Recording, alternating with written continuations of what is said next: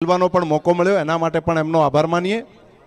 એકેપીએસની ટીમને હું અભિનંદન આપીશ કે આટલું સરસ મજાનું આયોજન કર્યું અને મને નેટવાળું ક્યાંક કહેતા હવે નેટવાળું ક્યાં કરવું તમે નક્કી કરીને કહેજો.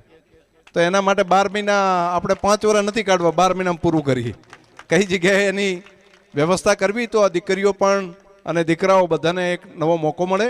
તમે બધા ખેલ મહાકુંભની અંદર રાજ્ય કક્ષાએ પણ રમો અને દેશ કક્ષાએ રમીને બધા આપણા વિસ્તારનું અને બધાનું નામ ઉજળું કરો એવી બધાની પાસે હૃદયપૂર્વકની ખૂબ ખૂબ શુભકામનાઓ. અને આમાં થરાદ જીતે કે લાખણી જીતે તો ઘી ઢળ્યું તો ખીચડીમાં, બરાબર ને?